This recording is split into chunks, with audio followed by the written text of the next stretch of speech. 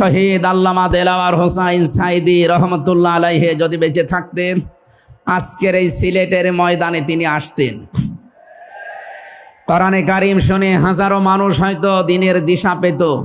তো জালেমরা তাকে ধোঁকা দিয়ে জেল থেকে বের করেছিল, আমার সামনে দিয়েই বের করে নিয়ে গিয়েছিল। ওরা ধোঁকা দিয়ে ওনাকে আগের দিনও দেখলাম কি সুন্দর কথা বলছিল, আমাকে উপদেশ দিচ্ছিল। পরের দিন শুনলাম যে না, উনি অসুস্থ, পোড়াটাই বানোয়াট। যে বলছে আপনি অসুস্থ, চলেন আপনাকে হাসপাতালে নিয়ে যাই, ওখান থেকে চিকিৎসার মাধ্যমে আপনাকে ছেড়ে দেওয়া হবে। উনি তো আনন্দেই বের হচ্ছিলেন, কিন্তু জালেমদের দুর্বিসন্ধি যে এত গভীরে ছিল কেউ বুঝতে পারে নাই, উনি নিজেও টের পান নাই। এই জন্যে প্রিজন ভ্যান থেকে নামার সময় আমরা দেখেছি একটা তৃপ্তির হাসি দিচ্ছিলেন। বলা হচ্ছে ওনার হাড়ে অসুস্থ ছিল, হাড়ের রোগ ছিল। এই কারণে মানুষের হাড়ে অসুস্থ হলে ওইভাবে মানুষ হাসতে পারে? বলেন। কারারক্ষী যারা সামনে ছিল তাদেরকে লম্বা করে সালাম দিয়েছিলেন, জিজ্ঞাসা করেছিলেন আপনারা কেমন আছেন। একজন হাড়ের রোগী অসুস্থ মানুষ এই কথাগুলো বলতে পারে না, তার মানে এখন পোড়াটা পরিষ্কার, তাকে হত্যা করা হয়েছে।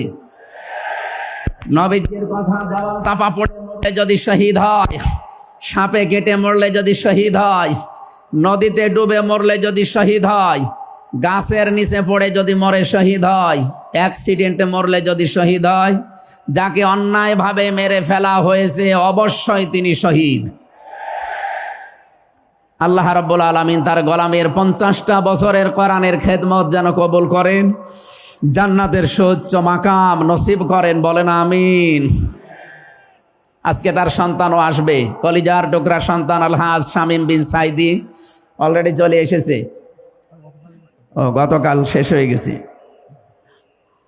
আমাকে সিলেট পর্যন্ত আনার পেছনে আপনাদের যে সমস্ত মানুষগুলো ভূমিকা পালন করেছে, আমার শ্রদ্ধাভাজন উস্তাজ, ইসলামিক চিন্তাবিদ, শিক্ষাবিদ আলহাজ মাওলানা আব্দুস সালাম আল মাদানী আতালাল্লাহু উমরাহু ওয়া বারাকাল্লাহু ফি হায়াতি, সকলে বলেন আমিন।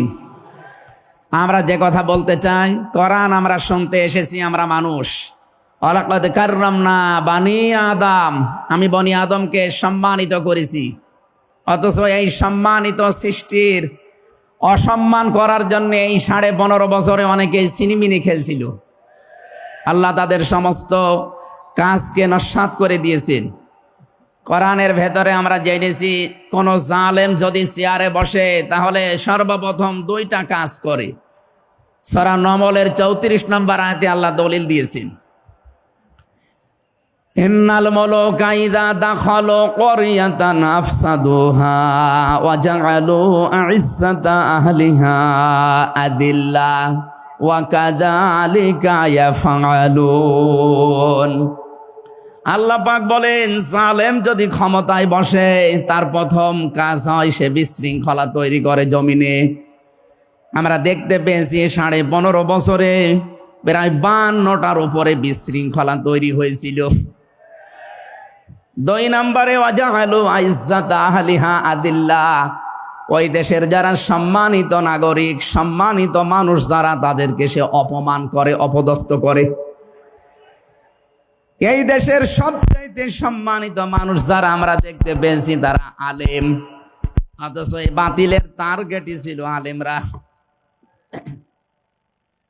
এখানে সম্মানিত মানুষদের যারা সম্মান করে, অপদস্থ করে, তাদেরকে হেয় প্রতিপন্ন করে, এটা জালেমদের 2 নম্বর কাজ। তার মানে কোরআনের এই আয়াত অনুযায়ী প্রতীয়মান হয় যারা ছিল এরা জালেম। জবান খুলে বলেন এরা কি? স্পষ্ট ভাষায় বলছি, যারা জালেম এরা আল্লাহর মামলার আসামি। কথাটা খুব হালকা মনে হচ্ছে। সূরা শূরা 25 নম্বর পারা 6 নম্বর পৃষ্ঠা 13 নম্বর লাইনের 42 নম্বর আয়াতে আছে, ইন্নামাস সাবিলু আলাল্লাযিনা ইয়াযলিমুনান নাস।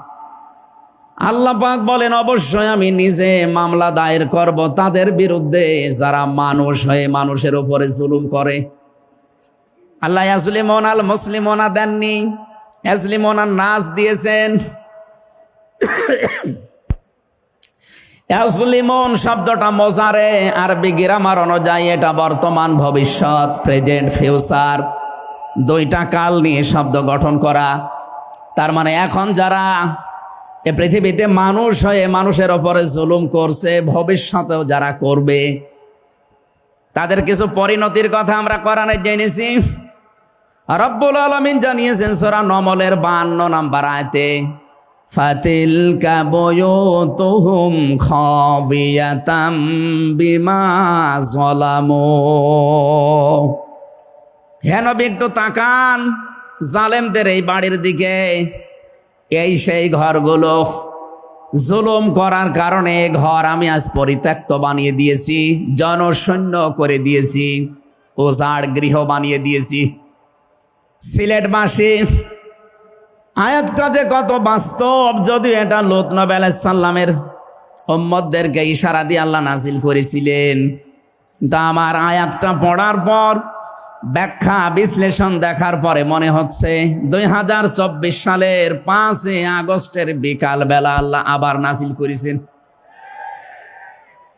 আল্লাহ যেন তার কুদরতি আঙ্গুল দিয়ে দেখাচ্ছেন, এই সেই ঘরগুলো খাবিয়াতান, আমি জনশূন্য করে দিয়েছি, পরিত্যক্ত বানিয়ে দিয়েছি, বিমা যালামু, জালেমদের জুলুমের কারণে।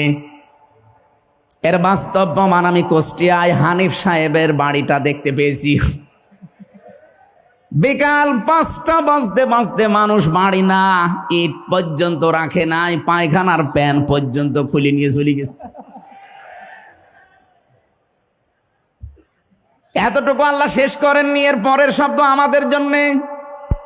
আল্লাহ তাআলা জানিয়েছেন বিমা যালামু, জালেমদের জুলুমের কারণে ওই জায়গা পর্যন্ত আল্লাহ অভিশপ্ত বানিয়ে দেয়।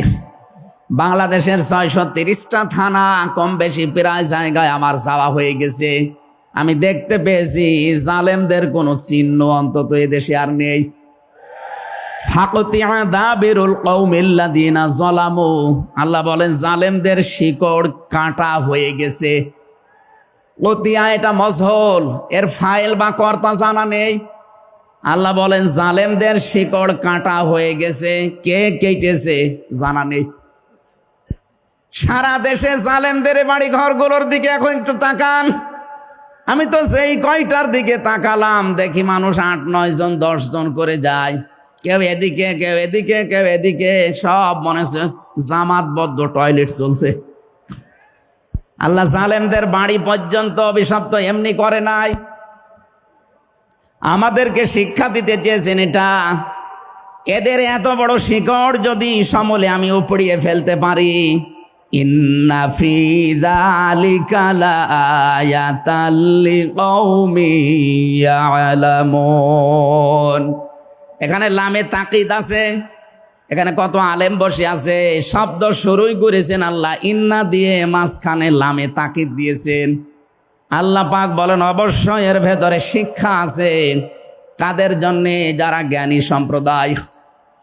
সুতরাং এটা যেহেতু রেকর্ড হয়, সারা বাংলাদেশে কালকে ছড়াবে। সবাইকে উদ্দেশ্য করে বলছি, জালেমদের এত বড় শিকড় যদি আল্লাহ কেটে ফেলতে পারে, আগামীতে যারা চেয়ারে বসবেন ক্ষমতায়, তারা খুব চিন্তা ভাবনা নিয়ে রাষ্ট্র চালাবেন, আপনার দ্বারা যেন জনগণের ওপরে জুলুম হয়ে না যায়। যদি আপনার দ্বারা জুলুম হয়, আগামী 5 বছর পরে আপনার বাড়িও দেখবেন শ্মশান হয়ে গেছে। আমি আশা করি আমার বক্তব্য আপনারা বুঝেছেন, এবং রেকর্ড হওয়ার পরে যারা শুনবে তারাও বুঝবে। আমি এটা বলতাম না, আমি দেখতে পাচ্ছি কিছু মানুষ ইদানিং উলট পালট কথা বলছে, এ কারণে আমি ইঙ্গিত দিলাম। এখনই যদি আপনি এরকম কিছু বলেন, কিছুদিন পরে বলতে পারেন না।